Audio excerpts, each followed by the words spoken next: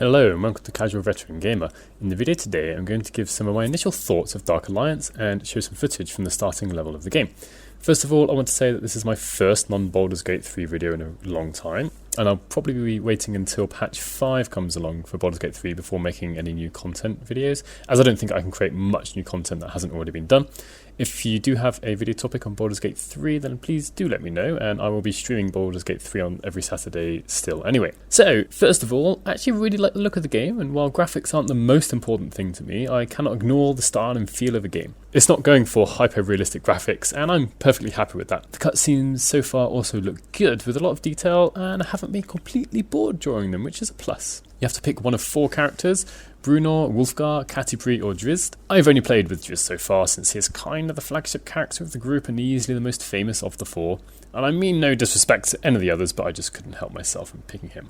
After picking your character, you get taken to a tutorial level, which tries to show you a bunch of different moves, actions and attacks, and it's kind of perfectly adequate for what it's trying to do. A whole bunch of goblins just keep on running out of hatches, and hatches do appear in the rest of the game, and you have different tasks to complete to get through the tutorial. It felt good to slice and dice my way through goblins, but a few of the moves were slightly annoying to pull off. In particular, switching characters is really annoying using a default keys on a keyboard, as the game requires us to use directional arrow keys, which are nowhere near the rest of the keys. Anyway, once the tutorial is complete, it is time to head into the first real level, which has a main objective and some side objectives. I didn't manage to complete one of the side objectives, but during the level there are lots of hidden chests and crystal, which really rewards people who try to explore as much as possible, and it feels like it's actually worth trying to walk down all the different paths. I won't lie, I'm not the best at this game, and it's taken me a while to get the timing right, since once a combo is started, you are locked into the moves which you've initiated.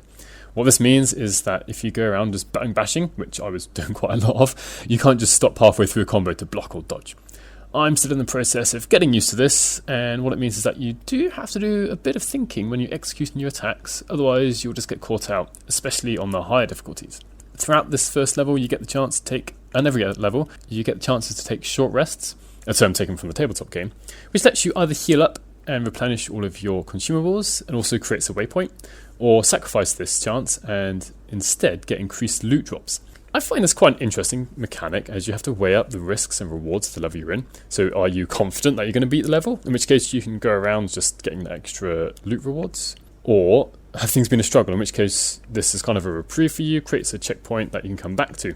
I'm not going to go into more detail about the moves or combat right now, but overall I do find this a good mix between fast action, high-paced combat, and also you do need some thought and planning for your next moves. As I've already said, I'm no genius at this, and I definitely require more practice, but I do see that it will become more rewarding once I've improved.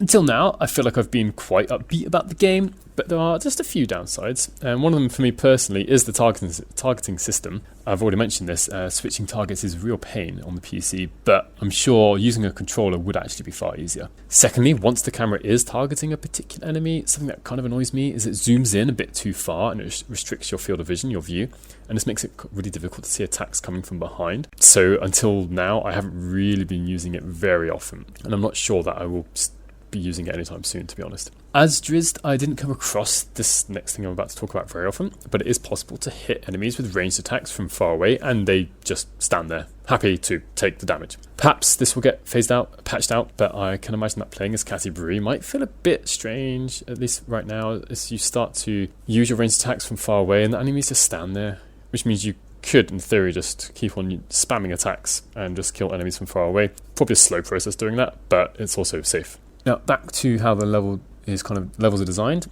So at the end of each level, there is a boss, which so far in the early levels, they do produce a decent challenge, at least for the casuals like myself. Once a level is complete, it's time for what we've all probably been waiting for, which is the loot.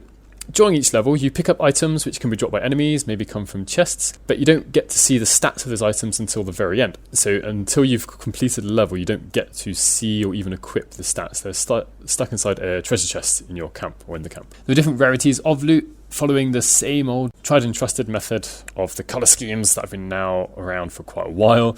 So you really want to be getting the gold items, which are legendary. And if you don't get a gold, then perhaps purple will be good enough, which is epic.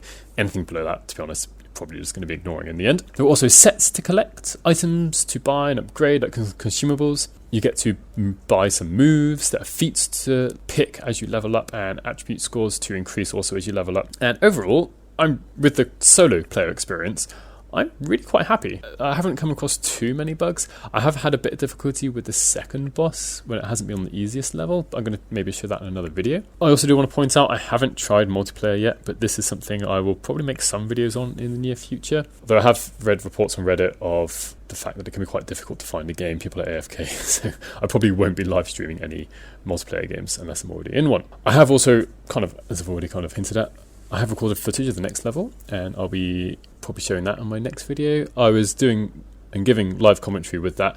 I'm not going to show the whole thing, but I'm just going to take some snippets from it because it's just too long, because I'm a bit slow at getting through the levels. Anyway, thank you for making it this far. Do let me know if there's something you want to see from Dark Alliance that I could show a video for, and hopefully I will see you in the next one.